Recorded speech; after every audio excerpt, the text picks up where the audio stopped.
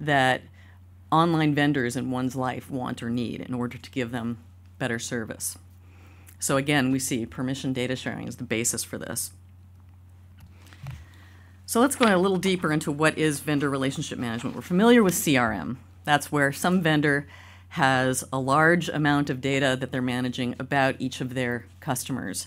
And the idea is that they need to know quite a bit about them in order to sell them more stuff and supposedly be a better vendor.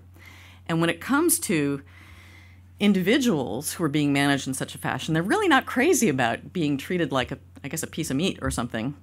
Doc Searles, who is a researcher with Project VRM at Harvard University's Berkman Center for Law and Society, did coin this notion of vendor relationship management, which is, he's careful to say it's not the opposite of CRM, it's the reciprocal of CRM. Just as companies need to do this for their business, people need to do this to get a handle on the relationships with the online vendors in their lives. And if you just think of online vendors kind of standing for all their online services, could be, even with, government agencies and such.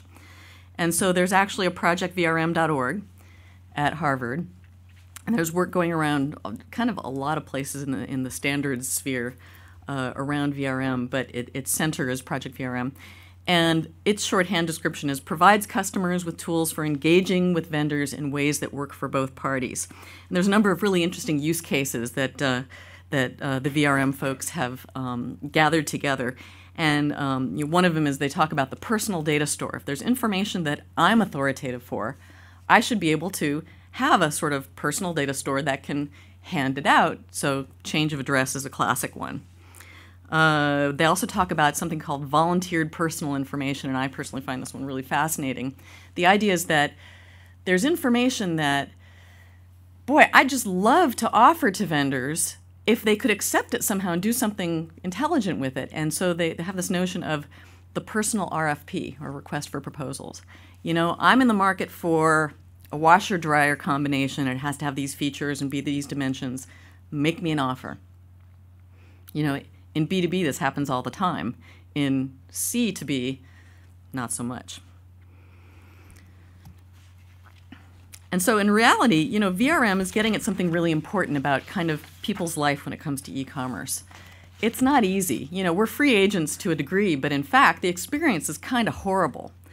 One of the things that we do is when we make an account at, Amazon or someplace where we want to buy something online, we type in all of the information that they need about us, and then if it changes, we have to go back and update it. And I think, a good term for just how bad this is manual push. It's like asking a human being to spend their time doing this is just kind of horrible. And when they don't, it can be expensive for both parties. And I was given an example by Nat Sakamura, he's a researcher at Nomura Research in Japan.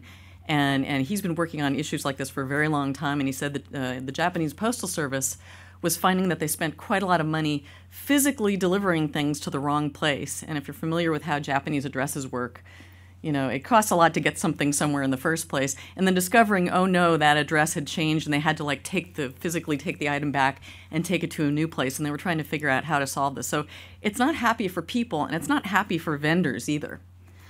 Another problem that people have, even though they're free agents, is that vendors are asking them for all kinds of information that's often inappropriate.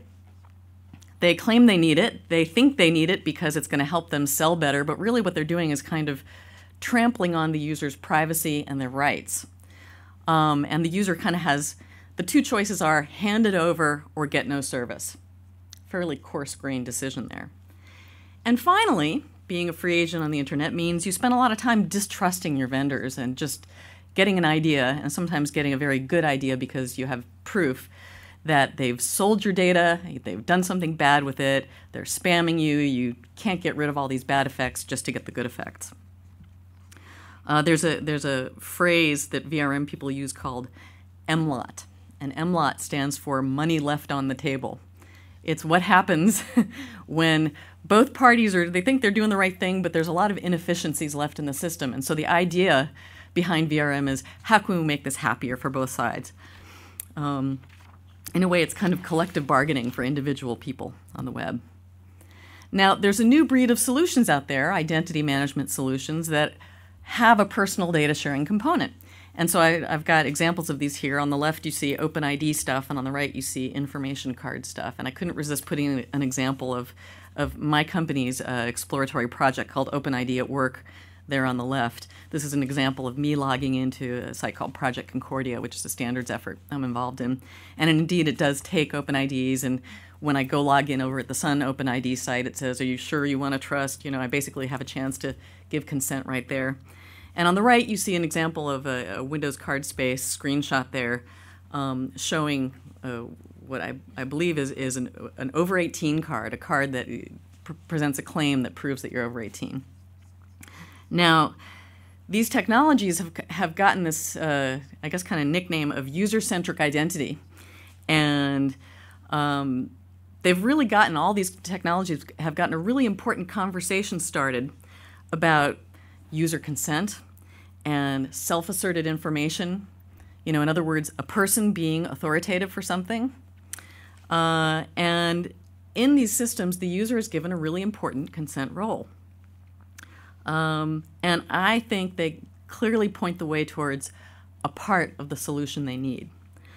But I would like to assert that they're not the whole story, and if we want to look at usability and maximizing convenience along with privacy and everything else, we really have to take into account how people really do behave. So we have to really be honest with ourselves here for a moment.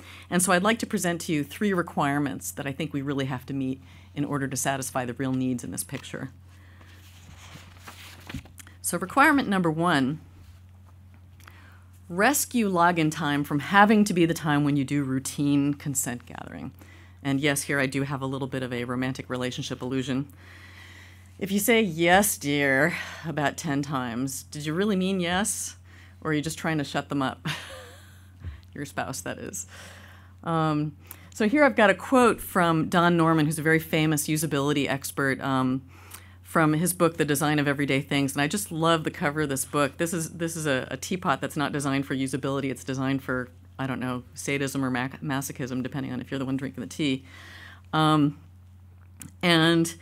so let me just read this for a second and sort of let's sit with it for a second. Everyday activities must usually be done relatively quickly, often simultaneously with other activities.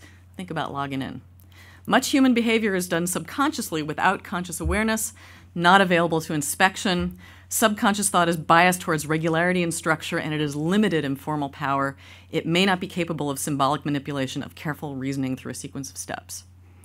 So I submit to you that demanding that some user give consent in real time is really dangerous if we're demanding they give consent every time they log in, because it's the kind of thing we've sort of trained them to have a consistent ceremony about. And everybody's had the experience, let's all admit, we used to have this expense report application in Sun where they added a new thing where we had to say definitively that, yes, we were incurring these expenses on behalf of our employer, and everybody learned really quickly that if you just pressed return 3 times, you made all the dialog boxes go away.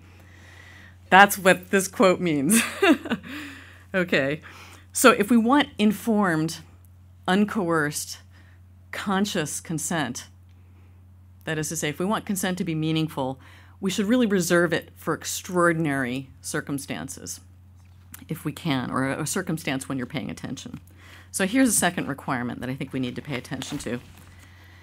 We have to make the setting and getting of personal data loosely coupled. Now, I was talking earlier, we've been hearing sort of a theme of, yes, there's authoritative data somewhere, and ideally, if you could, you want to get it at runtime when you need it. And this is just a kind of personal individual case of same. 3 hearts. It's supposed to be 2 hearts beating as one, so here we've got 3 hearts, and 2 of them have a irregular heartbeat or something. So here's the use case. A paper magazine gets mailed to your home address every month, like clockwork. Left to your own devices, you really only go to the magazine's online website and do anything there when they offer special content or there's a survey where you may be able to win something. You have reasons to go there that are about your personal satisfaction in getting that magazine and interacting with them, being part of that community. Left to your own devices, you're not really interested in going there to do IT tasks, right? But then you move to a new house sometime in mid-March, And what systems require you to do today is log in and change your profile.